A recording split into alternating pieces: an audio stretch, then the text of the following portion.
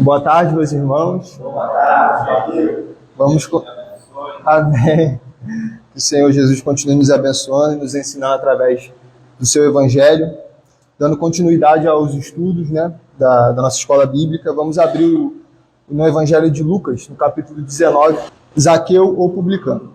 Entrando em Jericó, atravessava Jesus a cidade. Eis que um homem chamado Zaqueu, maioral dos publicanos e rico, procurava ver quem era Jesus, mas não podia, por causa da multidão, por ser ele de pequena estatura. O capítulo 19, ele começa contando a trajetória de Jesus, continua contando a trajetória de Jesus, e aqui nesse momento ele está entrando na cidade de Jericó, onde nós vemos que o Senhor Jesus não tinha Jericó como a sua cidade de destino final, mas ele estava apenas atravessando. Mas por um contexto histórico, é importante a gente falar um pouco sobre essa cidade. Jericó, ela é a cidade mais antiga do mundo.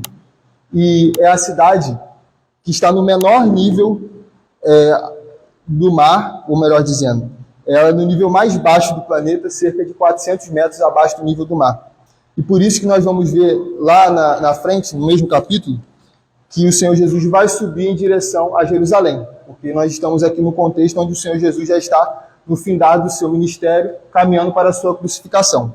E nós vemos que, geograficamente, ele está passando por lá, em direção a Jerusalém, e estamos, nesse contexto, muito próximo da crucificação. Portanto, querendo ou não, era uma última oportunidade daquelas pessoas terem um encontro com o Senhor Jesus, enquanto ele estava peregrinando por aquela cidade. Nós vemos no versículo 2 que um homem chamado Zaqueu, maioral dos publicanos e rico, procurava ver quem era Jesus. E é importante a gente frisar aqui na figura desse homem chamado Zaqueu.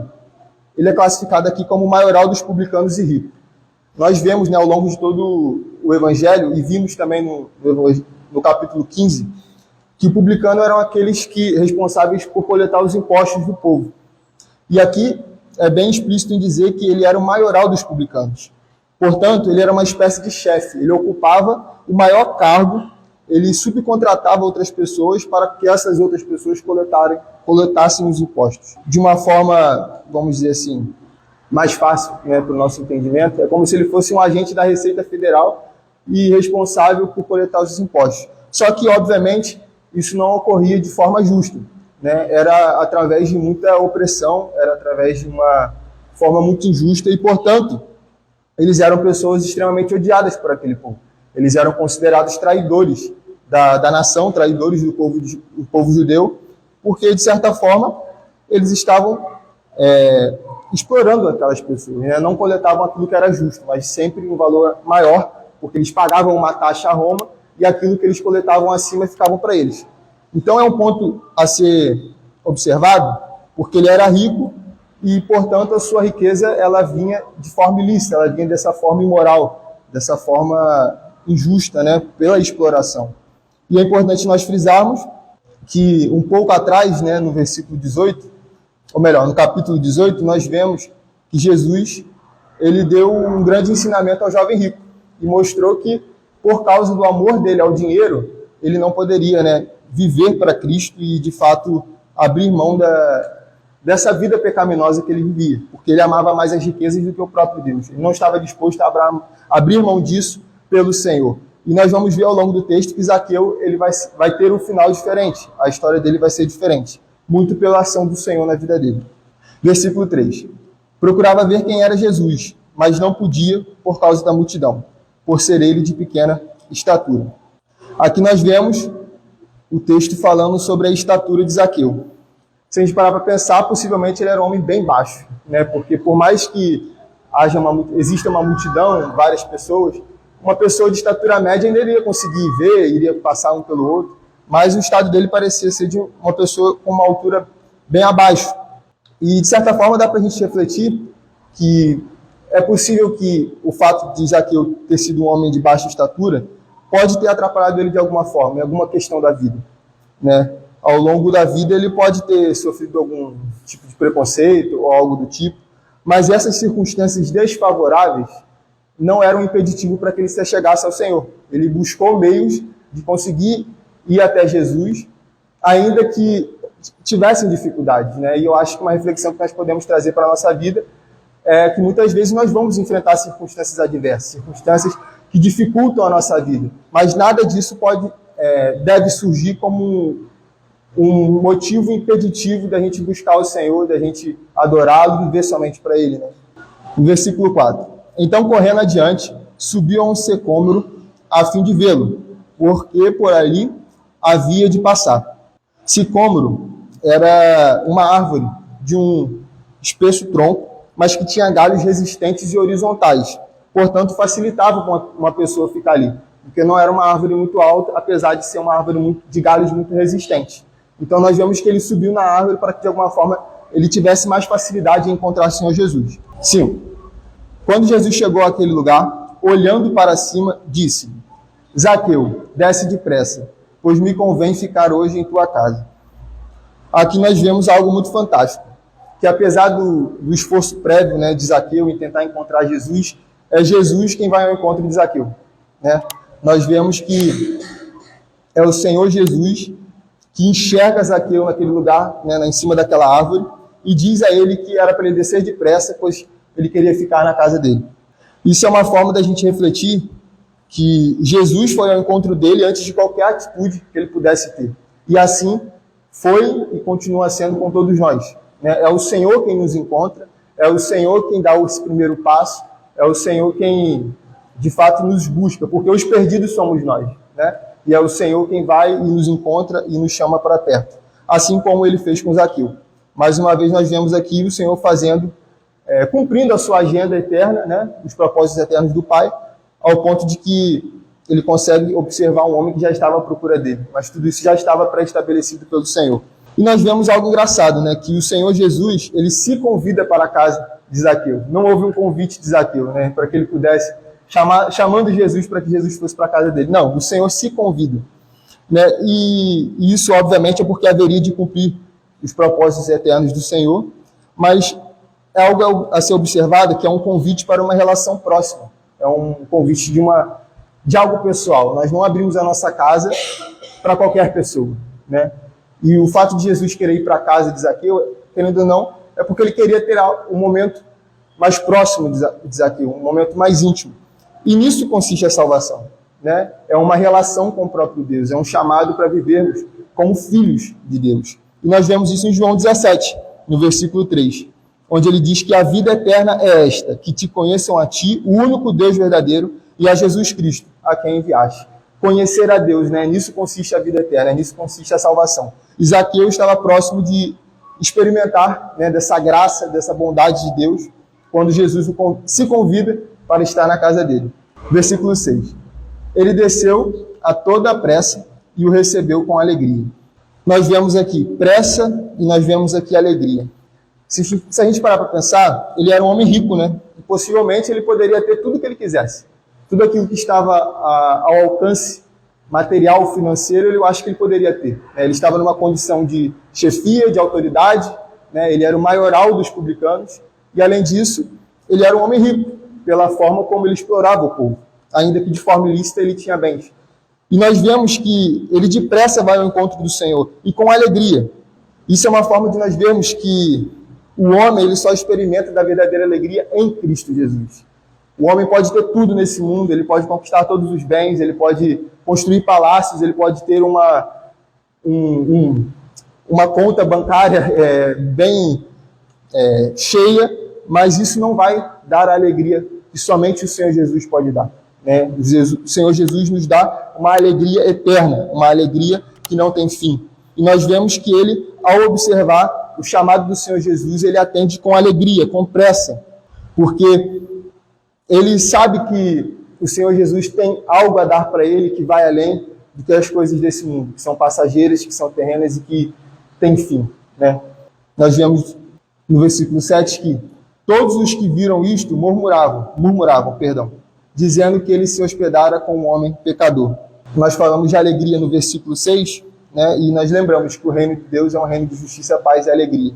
E no 7 nós vemos que todos murmuravam. Mais uma vez, pessoas em meio àquela multidão murmuravam o fato de Jesus se aproximar, se interessar por pecadores, né? Por publicanos, por pessoas odiadas, pessoas repudiadas e consideradas, né, vamos dizer assim, da pior espécie na sociedade.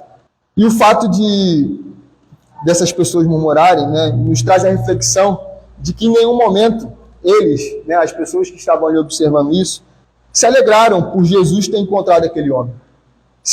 Eles em nenhum momento pararam para pensar que Jesus ele é suficiente para transformar vidas.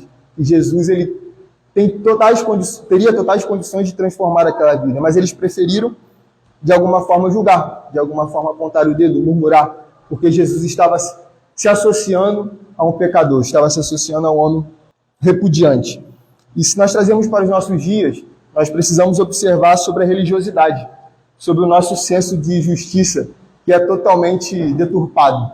Muitas vezes nós olhamos para certas pessoas na sociedade e achamos que Jesus nunca vai alcançá-las, que elas são totalmente immerecedoras, que são pessoas que fazem tudo de ruim, tudo de pior e que por isso o Senhor Jesus jamais iria alcançá-la. Mas nós precisamos pensar que todos nós estávamos nessa condição. Todos nós pecamos e todos nós fomos destituídos da glória de Deus. Portanto, aquelas pessoas estavam totalmente equivocadas, repletas de religiosidade, julgando aquilo que, no final das contas, foi salvação, foi um encontro com Deus. E nós precisamos viver nesse mundo dessa forma. Não podemos julgar as pessoas, nós temos que ser igreja, nós temos que ir até essas pessoas, pregar o Evangelho, porque nós somos instrumento do Senhor nesse mundo, crendo que o nosso Deus ele pode fazer, ele pode transformar, porque ele fez a nossa vida também. 8. Entre mentes, Zaqueu se levantou e disse ao Senhor: Senhor, resolvo dar aos pobres a metade dos meus bens. E, se em alguma coisa tenho defraudado alguém, restituo 4 vezes mais. Então Jesus lhe disse: Hoje houve salvação nesta casa, pois que também este é filho de Abraão, porque o Filho do Homem veio buscar e salvar o perdido. No versículo 8 nós vemos o que é o Evangelho, né? O Evangelho ele é a transformação de vidas. O Evangelho é aquilo que muda o homem. E nós vemos, nesse versículo 8, a partir da atitude de Zaqueu, que ele está vivendo ali a experiência do novo nascimento, né? Da nova criatura. Nós vemos que aquele homem que extorquia, que roubava, que não tinha pena dos mais pobres, que estava ali disposto a tirar tudo que eles tinham, hoje está disposto a dar, ele está disposto a restituir, ele está disposto a repartir aquilo que ele tinha, porque ele entendeu que aquilo que ele tinha não era nada comparado ao que o Senhor Jesus tinha para ofertar a ele, que era ele mesmo, né? Que era o próprio Deus. E, de fato, é uma evidência da nova criatura, do novo nascimento. E somente o Senhor Jesus transforma. Aquilo ali, se dependesse de Zaqueu, ele não ia ter aquela atitude. Né? Ele ia estar cego, continuar cego naquele entendimento errado. Mas o Senhor Jesus tirou as escamas dos olhos, assim como nós cremos que ele fez conosco, e transformou a vida daquele homem, ao ponto dele evidenciar isso através da atitude de querer repartir, né, tudo que ele tinha, dar aos pobres a metade dos bens, e se em alguma coisa ele tinha defraudado, ele queria restituir 4 vezes mais. No 9 e no 10, vamos ler novamente para a gente ir. Então Jesus lhe disse: Hoje houve salvação nesta casa, pois que também este é o filho de Abraão, porque o Filho do Homem veio buscar e salvar o perdido. Nós vemos que o Senhor Jesus escolheu salvar homens e mulheres como Zaqueu, pessoas com passado de pecado, de vergonha, de atitudes realmente erradas diante de Deus, mas para que justamente a glória do Senhor se manifestasse na transformação dessas pessoas que são todos nós aqui, né? Somos todos nós aqui. E assim como foi em Zaqueu. Zaqueu ele não foi salvo porque ele repartiu com os pobres. Ele não foi salvo porque ele decidiu dar metade dos bens e restituir. Mas ele foi salvo e por isso ele fez. Nós precisamos entender que a salvação vem antes. A salvação não é por obras. A salvação é graça, é dom gratuito de Deus. E a partir do momento que o Senhor alcançou a vida daquele homem, ele mudou, ele teve a sua mentalidade totalmente transformada. E decidiu compartilhar daquilo que ele tinha, repartindo com os pobres, restituindo aquilo que ele havia roubado. E assim, é o que acontece com todos nós, né? Que antes praticávamos mais obras, trilhávamos um caminho de perversão, mas hoje nós cremos que o Senhor nos alcançou e nos convida a andar em santidade, a andar de forma piedosa, né? Louvado seja o Senhor por isso. Nós vamos ver a parábola das 10 minas. 11. Ouvindo eles essas coisas, Jesus propôs uma parábola, visto estar perto de Jerusalém, e lhes parecer que o reino de Deus havia de manifestar-se imediatamente. Bom, nós vamos ver aqui uma parábola que fala sobre 10 minas. E para isso nós precisamos, né, contextualizar, explicando antes de tudo o que é uma mina. Mina é uma moeda grega de altíssimo valor. Era uma moeda grega de altíssimo valor. Ela era equivalente a 100 dracmas. Nós aprendemos aqui que era uma dracma, era uma moeda de baixíssimo valor. Só pessoas que tinham condições inferiores, né, financeiramente tinham acesso a essa moeda. Mas agora nós estamos num outro cenário, nós estamos falando de uma mina. E ela representava, naquela época, 100 dias de trabalho. Se nós pararmos para pensar quantos dias úteis, né, temos em 365 dias, é praticamente metade de um ano trabalhado. 100 dias. E isso mostra que era uma moeda, de fato, de grandíssimo valor. E nós lemos no versículo 11, que ouvindo eles essas coisas, Jesus propôs uma parábola, visto estar perto de Jerusalém, e lhes parecer que o reino de Deus havia de manifestar-se imediatamente. Eu vou continuar lendo, aí depois a gente retorna para... Então disse, certo homem nobre partiu para uma terra distante, com o fim de tomar posse de um reino e voltar. Chamou 10 servos seus, confiou-lhes 10 minas e disse-lhes, negociai até que eu volte. Mas os seus concidadãos o odiavam e enviaram após ele uma embaixada, dizendo, não queremos que este reine sobre nós. Quando ele voltou, depois de haver tomado posse do reino, mandou chamar os servos a quem dera o dinheiro, a fim de saber que negócio cada um teria conseguido. 16. Compareceu o primeiro e disse, Senhor, a tua mina rendeu 10. Respondeu-lhe o Senhor, muito bem, servo bom, porque foste fiel no pouco, terás autoridade sobre 10 cidades. Veio o segundo dizendo, Senhor, a tua mina rendeu 5.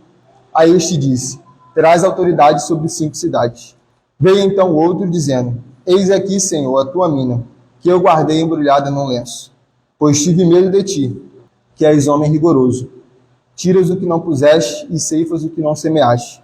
Respondeu-lhe, servo mau, por tua própria boca te condenarei. Sabias que eu sou homem rigoroso, que tiro o que não pus e ceifo o que não semeei. Porque não puseste o meu dinheiro no banco, e então, na minha vinda, o receberia com juros. E disse aos que o assistiam, tirai-lhes a mina e dai-a ao que tem as 10. Eles responderam, Senhor, ele já tem 10. Pois eu vos declaro, a todo o que tem, dar-se-lhe-á. Mas ao que não tem, o que tem lhe será tirado. Quanto, porém, a estes meus inimigos, que não quiseram que eu reinasse sobre eles, trazei-os aqui e executai-os na minha presença. Voltando ao início, né, como nós falamos, o Senhor Jesus estava mais uma vez propondo uma parábola para ensinar aquele povo. Nós vemos no final do versículo 11 que lhes parecia para aquele povo que o reino de Deus havia de manifestar-se imediatamente. Eles estavam achando que, quando eles ouviram aquelas coisas, ou seja, aquilo que estava um pouquinho acima, eles achavam que esta era a última geração, que eles eram a última geração, e que o findar dos tempos já era naquele momento. E o Senhor fala através de parábolas que, no versículo 11, se retratava da primeira vinda dele e, posteriormente, da segunda vinda dele. Nós vamos ver ao longo do texto. Então disse, certo homem nobre partiu para uma terra distante, com o fim de tomar posse de um reino e voltar. Esse homem nobre é o Senhor Jesus. Na parábola, ele que se coloca como esse homem nobre e que partiu para uma terra distante, que é a primeira ida do Senhor na crucificação. Nós vemos que ele partiu para uma terra distante, no caso é o céu, né? E que ele volta. Portanto, ele está deixando claro para aquele povo que eles não eram a última geração, mas que haveria um período de tempo em que o Senhor estaria nos céus e iria retornar. E é o momento que nós estamos hoje, né? E nós vemos no 13, como eu falei, que ele confiou 10 minas, e essas minas eram moedas de alto valor. E ele dá uma ordem muito clara, que era para que esses homens negociassem até que ele voltasse. O Senhor está falando aqui sobre dons, sobre aptidões, né? Ele está falando aqui sobre o fato de que ele confia a nós dons, talentos, como igreja, até para que nós possamos desenvolver isso até a sua volta. Esse negociar até que eu volte é um ponto-chave, uma ordem central do texto. E nós vemos que o Senhor, ele nos abençoa com dons, com talentos, e que como igreja nós devemos desempenhar isso, nós devemos servir as pessoas e ser instrumentos no reino de Deus para o avanço dele. Deus capacitou, mas os seus concidadãos o odiavam e enviaram após ele uma embaixada dizendo: não queremos que este reine sobre nós. Ele está falando no 14 sobre o momento em que ele estava, onde as pessoas, onde os judeus o odiavam, não queriam, não estavam aceitando ele como filho de Deus e estavam o rejeitando. E no 15 nós vamos ver que quando ele voltou, depois de haver tomado posse do reino, mandou chamar os servos a quem deram o dinheiro, a fim de saber que negócio cada um teria conseguido. O Senhor está falando sobre dons. E nós vemos que há muitas questões teológicas acerca do tema, mas é fato de que o Senhor, ele, assim como nós vemos em Romanos 12, distribuiu dons para os eleitos, para os salvos dele. E nós vemos que no capítulo 12 de Romanos ele fala assim, no versículo 4: porque assim como no só corpo temos muitos membros, mas nem todos os membros têm a mesma função, assim também nós, conquanto muitos, somos um só corpo em Cristo e membros uns dos outros, tendo, porém, diferentes dons segundo a graça que nos foi dada. Se profecia, segundo a proporção da fé; se ministério, dediquemos ao ministério. Ou o que ensina, esmere-se no fazê-lo; ou o que exorta, faça-o com dedicação. O que contribui com liberalidade; o que preside com diligência; quem exerce misericórdia com alegria. Então, nós vemos, ao longo do Novo Testamento, 5 listas de dons, mas nós vemos que nenhuma delas segue um padrão. O Senhor fala de diferentes formas ao longo dessas listas. Isso é uma evidência de que o Senhor não fala de forma restrita. Quais são os dons, quais são as aptidões, mas Ele nos dá noções gerais do que Ele derrama sobre a sua igreja, para que a igreja sirva as pessoas e de alguma forma seja instrumento no avanço do reino dos céus. E assim como Ele confiou a esses homens as minas, as moedas, para que eles pudessem negociar até que Ele voltasse. O Senhor, Ele nos dá isso para que a igreja seja edificada, para que a gente possa servir as pessoas e o reino de Deus seja expandido, nós sejamos instrumentos do Senhor aqui. E nós vemos que são muitos dons, mas o Senhor capacita cada um de uma forma. Uns para o ensino, outros para governo, outros para misericórdia, outros para serviço, outros para contribuição, dando com os seus bens, abençoando a igreja com os seus bens. E nós precisamos esclarecer que os dons não são para autoexaltação. Os dons não são para que o homem seja visto, para que o homem seja colocado em destaque. Não é para a glória de homens, mas é para a edificação da igreja, para a expansão do reino e para dar glórias ao Senhor, somente a Ele. No verso 15, no versículo 15, nós vemos a volta do nobre, a volta desse homem nobre que confiou as 10 moedas. E vemos na interpretação da parábola que se trata da segunda vinda de Jesus. Se trata do momento em que todos estarão diante do justo juiz. E no 16 e 17, nós vemos a resposta do Senhor a esses homens. Compareceu o primeiro e disse: Senhor, a tua mina rendeu 10. Respondeu-lhe o Senhor: muito bem, servo bom, porque foste fiel no pouco, terás autoridade sobre 10 cidades. Nós não sabemos como que o servo multiplicou as moedas, não sabemos, mas sabemos que foi do agrado daquele homem bom, daquele homem, como é que o Senhor fala? Daquele homem nobre. E o Senhor, ele, de certa forma, elogia, e vemos que o Senhor recompensa esse homem com generosidade. Nós temos na Bíblia algo chamado galardão, e não temos muito sobre isso, mas sabemos que Deus, de certa forma, vai retribuir aos homens aquilo que eles fizeram nos dons, nas aptidões que o Senhor confiou a eles. Abrindo um parênteses, sabemos que isso não tem a ver com salvação. A salvação é uma obra exclusiva do Senhor, não é por obras, mas o Senhor, de certa forma, Ele confiou a nós aptidões e formas de servirmos as pessoas, e não podemos negligenciar isso, sabendo que isso não é para alguns, isso é para todos, que estão em Cristo, que são separados, exclusivos do Senhor. E nós vemos no 18 que veio o segundo dizendo: a tua mina rendeu 5. A este disse: terá autoridade sobre 5 cidades. Veio então o outro dizendo: eis aqui, Senhor, a tua mina, que eu guardei embrulhada num lenço. Esse segundo homem, ele não recebe elogios, Ele apresenta um resultado, ele multiplicou as moedas, mas ele não recebe elogios, diferente do primeiro, que de fato se empenhou em cumprir a missão que o Senhor tinha dado a ele. Mas nós vemos no 20 e no 21 que tem um servo que escolheu dar desculpas. Ele não obedeceu à ordem, ele não negociou, ele não buscou formas de multiplicar aquela moeda.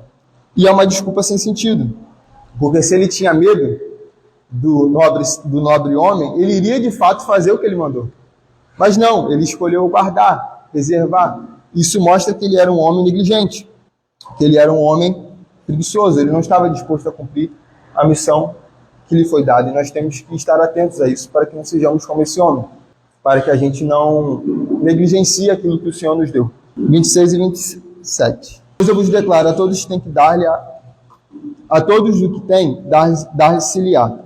Mas ao que não tem, o que tem lhe será tirado. Quanto, porém, a esses meus inimigos, que não quiseram que eu reinasse sobre eles, trazei-os aqui e executai na minha presença.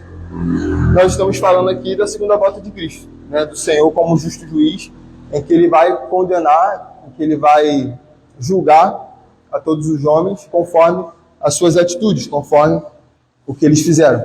Uma reflexão que nós trazemos é que o mundo está corrido, né? São muitos afazeres, são muitas as coisas, mas nós não podemos negligenciar aquilo que o Senhor nos confiou, né? Que é o serviço da sua obra, que é de fato servirmos as pessoas, servirmos a igreja e sermos instrumentos dele nesse mundo. A entrada triunfal de Jesus em Jerusalém. Estamos na época da Páscoa dos judeus, né? A partir do momento que o Senhor nos confia, vai ter um grande dia que nós prestaremos conta disso tudo ao Senhor. E eu quero só avisar vocês, se depois vocês tiverem curiosidade sobre isso, vai lá na última página da Bíblia de vocês. Abre lá em Apocalipse 22. A gente vê as promessas finais do Senhor, os cumprimentos. E ele diz que todos nós apareceremos diante dele. E nós seremos julgados segundo as nossas obras.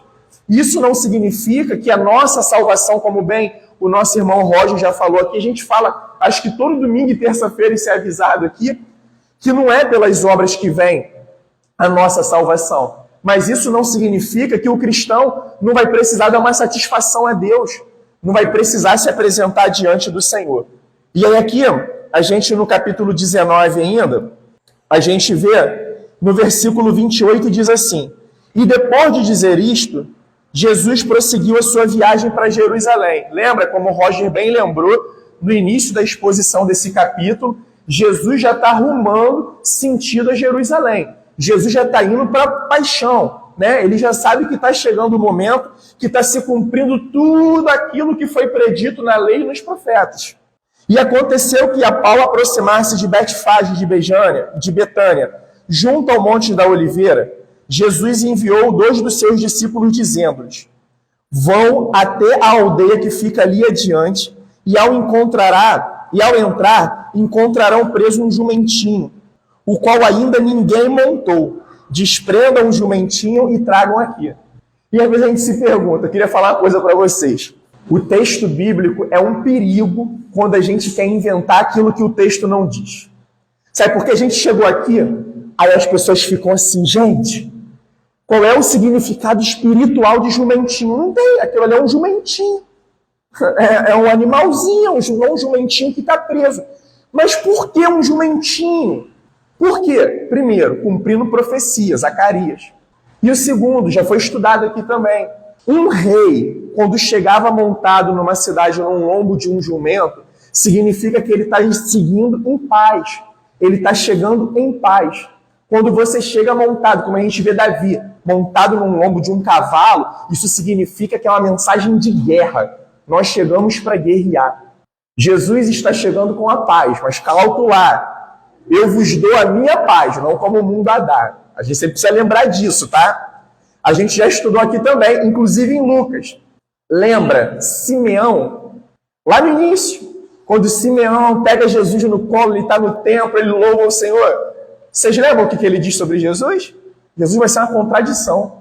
Jesus contradisse a liderança religiosa, Jesus contradisse a liderança política militar e Jesus contradisse o povo. Jesus se colocou em oposição a todos estes. E eu parei no 31, né? Se alguém perguntar por que o estão desprendendo, responda assim, porque o Senhor precisa dele. E indo, os que foram mandados acharam tudo conforme Jesus tinha lhes dito. Quando eles estavam soltando o jumentinho, os donos do animal disseram: por que estão desprendendo o jumentinho? Eles responderam: porque o Senhor precisa dele. Então trouxeram o jumentinho até Jesus e, pondo as suas capas sobre o animal, ajudaram Jesus a montar. Está compreendendo que Jesus é Deus? Você ouviu a ordem de Jesus aqui? Jesus não detalhou muito, não espiritualizou aquilo que não era espiritual, porque o Senhor precisa dele. A gente já viu isso daqui em Colossenses, que o Senhor, ele é Senhor sobre todas as coisas, ele apenas não é o Criador, ele é o sustentador de toda a criação. E olha o poder da palavra de Deus, porque o Senhor precisa dele. Então trouxeram o jumentinho, botaram suas capas sobre o animal e ajudaram Jesus a montar. À medida que Jesus avançava, as pessoas estendiam as suas capas no caminho. E quando Jesus se aproximava da descida do Monte das Oliveiras, toda a multidão dos discípulos começou com muita alegria a louvar a Deus em voz alta por todos os milagres que tinham visto. Sabe o que está acontecendo? Eles estão recebendo Jesus como se estivessem recebendo um rei, uma pessoa, sabe, especial, uma pessoa nobre. Lembra como Jesus se intitulou lá no início da parábola das 10 minas? Como uma pessoa da nobreza, como alguém nobre, alguém que foi viajar. Eles estão recebendo Jesus assim, mas eles estão recebendo Jesus com as motivações erradas. Eles realmente estão recebendo um rei, mas com as motivações erradas. Eles reconhecem Jesus pelo que Jesus poderia dar para resolver as questões desta vida, deste mundo. Mas eles não estavam reconhecendo Jesus como Salvador, como realmente Senhor sobre a vida deles. Eles tinham alegria, louvavam a Deus em voz alta e diziam: bendito é o Rei que vem em nome do Senhor. Paz no céu e glória nas maiores alturas. Isso aqui que está sendo revelado é uma grande verdade. Ele está trazendo a paz. Jesus é aquele que está reconciliando toda a criação com o Criador. Ele está reconciliando tudo aquilo que Ele mesmo criou através do poder da sua palavra. Ele está reconciliando. E Ele é o Senhor da glória. Ele é o Rei da glória. E alguns dos fariseus disseram em meio à multidão: mestre, repreenda os seus discípulos. Tipo, o Senhor não é digno dessa honraria. Olha o que eles estão aprontando aqui. Olha o que eles estão fazendo. Olha como que eles estão recebendo. Mas Jesus respondeu: eu afirmo a vocês que eles se calarem, as pedras que aqui estão, elas clamarão. Está compreendendo uma das finalidades que nós fomos criados? Da glória ao Senhor. O homem em rebeldia, em rebelião. E o que significa a verdadeira rebeldia, a verdadeira rebelião biblicamente? Isso não é do homem contra o homem. Essa rebelião que tentam explicar aí. Você não pode falar contra o ungido do Senhor, pastor, porque você está em rebelião. Se você discordar do que o pastor falou ali na explicação, você está em rebelião. Não, irmãos. Eu incentivo a vocês. Eu não estou incentivando a insubmissão, porque o nosso Deus é um Deus que prega a submissão. Mas vocês precisam se mover não pela palavra do pastor, mas pela palavra de Deus. Essa é a palavra que vem dos altos céus. Essa é a palavra poderosa que tem poder para salvar, para curar, para libertar.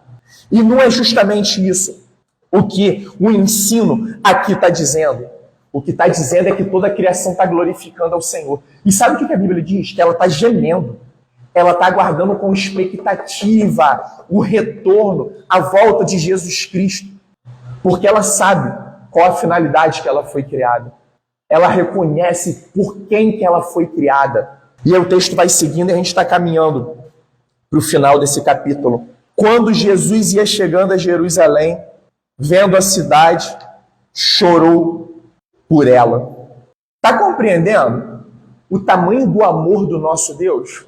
Irmãos, vou fazer uma pergunta para vocês. A gente está numa escola bíblica. Deus se ira contra o pecado?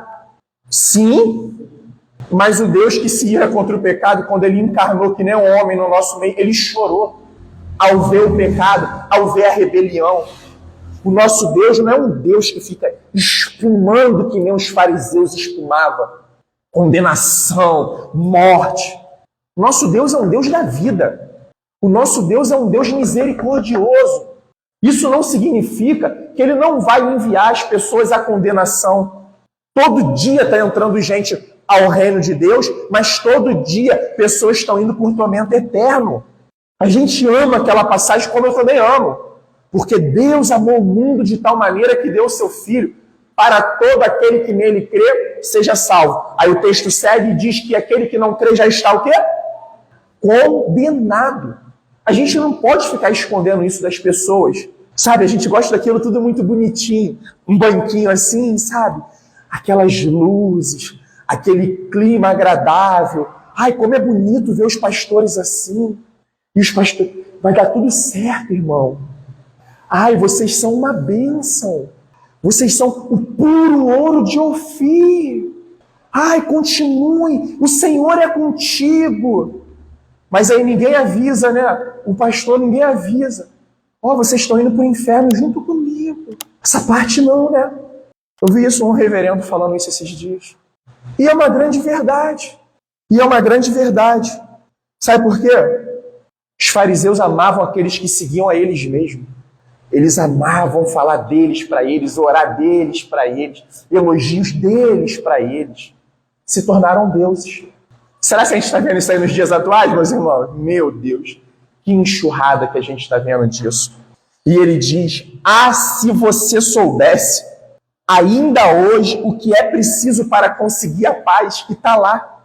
Aquele que é a paz dos homens. Isaías se retratou a ele como quem? Príncipe da paz. Mas isto está agora oculto aos seus olhos. Sabe para quem que eu estou contando os meus segredos? Para aqueles que me querem. E agora eu quero parafrasear Jonathan Edwards.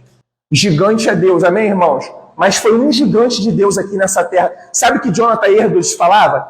Eu prefiro 1000 vezes pregar para 10 homens comprometidos do que pregar para 10.000 admiradores. Era um cara que multidões, como o Senhor usou a vida dele na história da igreja. Mas ele preferiu isso daqui, ó.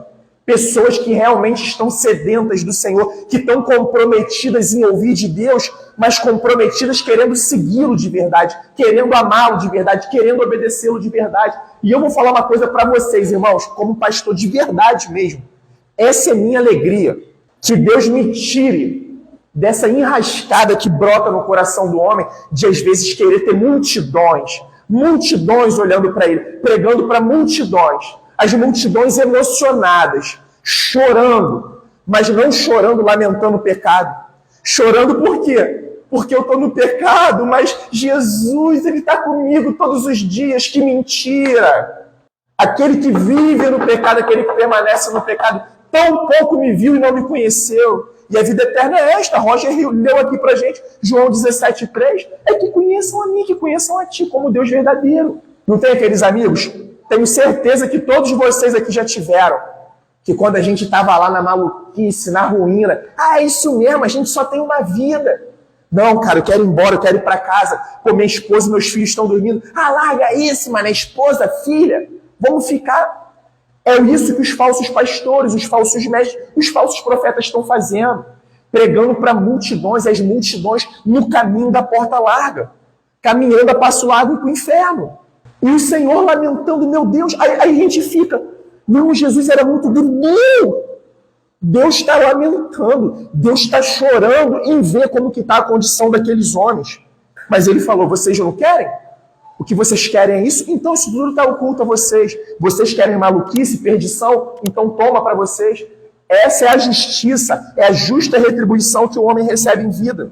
Pois virão dias em que os seus inimigos cercarão você de trincheiras e apertarão os cercos por todos os lados e vão arrasar e matar todos os seus moradores. Não deixarão pedra sobre pedra, porque você não reconheceu o tempo em que Deus veio visitá-la. O Senhor Jesus arroga para si o título de Deus. Ele está dizendo, eu sou Deus. Ainda hoje, se vocês soubessem o que é preciso para conseguir a paz, e o que é preciso para conseguir a paz, irmãos, é crer no nome do Senhor Jesus como Senhor e Salvador. Depois, entrando no templo, Jesus começou a expulsar os que ali vendiam. Irmãos, será se hoje a gente tem muitas igrejas aí que quando você entra parece um shopping center? Será se tem igreja aí que quando você entra parece um mercado? Tem de tudo para tu comprar. Tudo. Tu tá cercado de todos os lados. Vai desde o arroz de Jericó à vassoura ungida e quase que voadora de Betânia. Tudo. Irmãos, de verdade, um exercício para a gente poder refletir aqui agora. Se Jesus entrasse nos templos aí de hoje em dia, qual seria a atitude dele e qual seria a atitude dos homens em relação a ele? Aquele que quiser vir após mim, precisa fazer o quê? Que a Bíblia diz, Jesus falando. E tome o quê? Para poder depois seguir. Aí imagina Jesus, ele chega na frente hoje de um templo, uma igreja, aquele que quiser vir após mim, negue-se a si mesmo, toma sua cruz e me siga. Olha lá, ó, vamos cancelar ele. Ele não respeita as liberdades. Eu não tenho que negar a mim mesmo, eu tenho que ser o que eu quero ser. Tomar sua cruz, tá querendo que ele quer que a gente morra. Que negócio é esse, morrer para mim mesmo? Não. Eu preciso viver para mim mesmo. Sabe por quê? A vida é só uma. E tá mandando a gente seguir ele. Olha lá, sectário. Tá formando a seita dos nazarenos. Nada muda, irmãos. Sabe o que acontece? Uma palavra ao qual os homens foram inspirados há milênios. O Novo Testamento, homens foram inspirados há 2 milênios, há 2000 anos atrás. E sabe o que significa essa inspiração? Deus não precisa soprar a palavra para puxar, inspirar a palavra para dentro. Deus sopra a palavra para ela entrar nos homens. Nós inspiramos essa palavra. E os homens relataram isso daqui para a gente. É isso que acontece. Ou então, esses textos são até lidos. Aquele que quiser vir após Jesus tem que negar-se a si mesmo. Ele só lê. Depois ele não explica. Depois ele vai falar de outra coisa. Ele vai contar a história do boizinho que rolou no pasto. Aí ele viu o avião passando. Mas não vai explicar o texto. Por quê que eles não querem que nós aprendamos o texto? Vocês sabem, está lá em João 8, versículo 32. Por quê? Quando a gente conhece a verdade, o que a verdade faz com a gente, irmãos? É liberdade. Qual liberdade? A liberdade de se achegar a Cristo e a partir de Cristo se achegar a Deus. Mas os homens preferem a gente presos neles. Ungido do Senhor, irmão, só existe um. Jesus Cristo. Esse negócio de pastor é anjo da igreja. Nada disso. O pastor é um irmão entre os irmãos. O pastor ele não é mais espiritual. O pastor não veio uma força mais espiritual do céu e elevou o pastor a uma categoria. Não, nada disso. Jesus falou: quer ser o maior, seja o menor. Seja aquele que mais serve. O chamado de pastor, irmão, se eu pudesse dizer, é dupla morte. Não é dupla honra. É dupla morte. Porque, eu tenho certeza que vocês sabem, no reino de Deus a morte tem cheiro de quê, irmãos? Vida. Aleluia. Glória a Deus. Louvado e exaltado seja o nome do Senhor. E a gente viu que ele começou a expulsar o que eles vendiam, dizendo: está escrito, a minha casa será casa de oração, mas vocês transformaram a minha casa num covil de salteadores. E aí, deixa eu falar uma coisa para vocês. Casa de oração, mas calma aí, pô, Atos. Tem vigília, um exemplo, toda sexta-feira, reunião toda terça-feira. O sábado os irmãos passam o dia inteiro em oração. Isso é bênção, irmãos. Isso não é ruína, não. Mas não adianta nada se reunir para poder orar e chegar lá fora negar o Senhor, negar o poder de Deus nas nossas vidas. Eu preciso orar para poder dar mais satisfação às pessoas. Não, a gente se reúne para orar. E não é nesse propósito que o Senhor está falando. Sabe por quê, irmãos? A gente não depende mais de templo para poder orar. Eu já falei aqui. Quer ver um ministério maravilhoso que o Senhor Jesus confiou a cada um de nós? Só vou dar um exemplo para a gente aqui da Atos. Mais tarde, a gente vai estar atualizando a lista de aniversariantes com a família do Juliano e da Paula. Quer ver um ministério lindo que o Senhor nos confiou? Pega essa lista uma vez por dia. Ora por cada nome, ora por cada um, por cada família. Oremos um pelos outros. Irmãos, a gente vai provar o poder de Deus. Vocês podem ter certeza. Mas não é para a gente se tornar os maiorais, os famosos, os conhecidos. É para que Ele seja glorificado, para que o nome dEle seja exaltado e reconhecido. Porque na igreja só tem espaço para um. Jesus Cristo. Ele não divide a sua glória. A glória pertence apenas a Ele, somente a Ele. Diariamente, Olha que maravilhoso que a gente vê de novo, mais uma vez. Jesus ensinava no templo. Está compreendendo a importância do ensino no ministério cristão, na vida cristã? E sabe uma coisa que cristão quase mais não está gostando hoje em dia, irmãos? É ensino. Quero falar uma coisa com todo amor para vocês. Ia falar na pregação, mas deixa eu também antecipar aqui, talvez na pregação eu fale. Irmãos, se qualifiquem, estudem mesmo nas suas áreas. Isso eu falo para todos, trabalhem, acordem cedo, aquele que tem que dormir mais tarde, que durma mais tarde. Se dediquem. Jamais eu sou contra isso, jamais. Mas quando vocês verem ensino, irmãos, isso é melhor do que qualquer curso. Isso é melhor do que qualquer especialização. E eu não estou falando para poder a gente vir aqui como legalistas, não. Uma vez teve um pastor no início da minha caminhada, eu conversando com ele, e eu entendi o que ele quis dizer para mim com isso. Porque eu conversando, eu falando, não, eu não consigo mais ficar fora. Porque nós íamos aos ensinos de segunda-feira, nós íamos, escola bíblica foi algo que a gente lá em casa, a gente amou logo de cara. O Johnny sabe disso. A gente amou escola bíblica. E nós amávamos estar no culto quando tinha palavra. Eu preciso também ser sincero. Quando você começava a entender a palavra e via que não estava sendo pregado nada, isso me dava um desespero por isso, me dava uma agonia. Uma vontade de virar uma fumaça e sumir. Porque quando a gente ouve o Senhor falando, é deleite aos nossos ouvidos. Mas agora ficar em igreja, ouvindo o rendimento dos homens, o que o homem acha, o que o homem pensa, não tem espaço para isso. Aqui é assim diz o Senhor e ponto final. Sabe por quê? E hoje eu entendo. E hoje eu amo, continuo amando. Está em estudo, está em ensino. Sabe por quê, irmãos? É isso que nos conduz para um caminho de verdade. É isso que nos liberta. E eu preciso avisar isso a vocês. Isso começou de forma intencional, com a liderança na história, tirando a igreja do ensino, excluindo a escola bíblica, incentivando as pessoas a não estarem no ensino. Por quê? Porque quando tu está no ensino, você começa a observar, você começa a perceber o que vem do Senhor e o que não vem do Senhor, o que é fogo de verdadeiro, o que é fogo estranho, o que brota do Espírito de Deus e o que vem do Espírito de outras coisas. Então eu quero incentivar vocês. Eu sei que a vida é corrida, sabe, meus irmãos? Eu não estou falando contra isso, sabe? Mas abra espaço nas agendas, sabe? Lute com todas as forças. Se dedique a estar, sabe, no culto. E eu quero voltar a dizer isso. Não é por uma questão legalista, sabe? Se vocês faltarem estudo e culto, vocês não vão perder salvação não, tá, irmão? Sabe por quê? Porque o cristão, uma vez salvo, ele está guardado no Senhor. O Senhor prometeu que de modo nenhum ele lançaria fora. Aqui o intuito não é esse. Eu vou ser castigado. Não se relacione com Deus assim, não com medo. Porque o amor lança fora todo medo.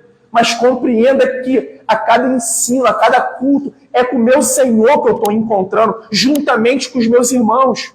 E vamos ser sinceros, nem todo mundo tem um seminário teológico, nem todo mundo, porque não aconteceu de ir. Mas é onde que você consegue começar a refinar o teu entendimento da Bíblia? Aonde vai melhorar a tua leitura em casa? É a partir da igreja. Que aí você já vai chegar no texto e vai falar, não, Deus é assim, eu ouvi que Deus é assim. Então a maneira que Deus... Não, isso daqui é assim. Isso daqui funciona assim. Os principais sacerdotes, os escribas e os maiorais do povo procuravam fazer o que com Jesus, irmãos? Matá-lo, tirar-lhe a vida. Mas não achavam uma forma de fazer isso. Porque todo o povo, ao ouvi-lo, era cativado por ele. Porque Jesus pronunciava as palavras de Deus. Palavras verdadeiras. De certa maneira, os fariseus tiveram êxito no propósito deles, entre aspas, tá? Que era o quê? Tirar a vida do Senhor Jesus. Mas Pedro, pregando ao povo de Jerusalém, em Atos, se eu não me engano, no capítulo 2, ele diz, olha só, foi por pré-determinação de Deus que Jesus foi entregue a vocês, depois foi entregue aos gentios. Por quê? Foi pré-determinação de Deus que ele fosse à cruz. Olha que amor, gente. Como que isso é duro? Isso é amor demais, concorda? Isso é muito amor. E sabe o que eu acho maravilhoso? Filhinhos, não ameis apenas de palavras. O amor de Deus não é um amor que se resume a palavras. Foi o verbo que se encarnou. Andou entre nós cheio de graça e verdade. E que morreu para poder pagar pelo nosso pecado. O justo, o único justo, sendo feito injusto Por nós quem? Os que creem. Isso é maravilhoso demais, irmãos. Isso é maravilhoso demais. Amém? Sabe, se dediquem mesmo a participarem, a conhecerem, se acheguem ao Senhor, que Ele vai se achegar a nós.